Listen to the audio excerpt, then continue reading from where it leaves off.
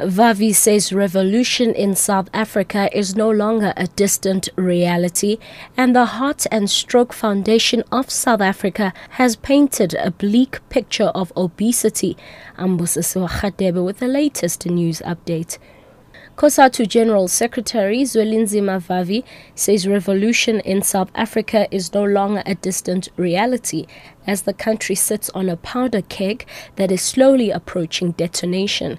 He was delivering the annual Dula Omar Human Rights Annual Lecture in Johannesburg. Vavi has decried deteriorating inequality, poverty and unemployment, which he says are in many respects worse than they were at the dawn of democracy in 1994. Vavi has warned the country's rich against fooling themselves into believing that their reign is permanent. The hammer blow of revolution is no longer a distant reality. Those who today conveniently claim neutrality and sit on the fence whilst blatant injustice is being committed on the people will not be spared from the wrath of the people. When the poor decides to rise one day, the champions of neutrality will be reminded that neutrality is a best friend to oppression.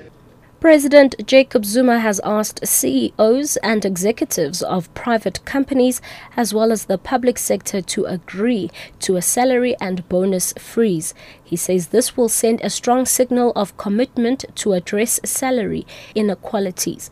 Zuma met representatives from government, business and civil society yesterday at the union buildings.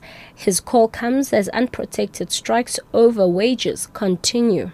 The parties make a call on CEOs and executive directors in the private sector and senior executives in the public sector to agree to a freeze in increases in salary and bonuses over the next 12 months as a strong signal of a commitment to build an equitable economy. Emergency services were up all night monitoring roads around the Nelson Mandela Bay. The Metro has activated a joint operations center after heavy rains lashed Port Elizabeth and other parts of the Eastern Cape Coast. Rising water levels have led to the closure of one lane on the N2 near Blue Horizon Bay and the R75 towards Kirkwood due to rockfalls and mud on the road. Other affected roads include R330 towards Blue Horizon Bay, Gos Corner, Seaview Road and the 3rd Avenue Dip. At least 2 vehicles have been washed away by water. And lastly, the Heart and Stroke Foundation of South Africa has painted a bleak picture of obesity. The foundation says 68 women and 32 men die every day in the country due to being overweight or obese. It says 70% of women and 45% of men over the age of 35 are overweight.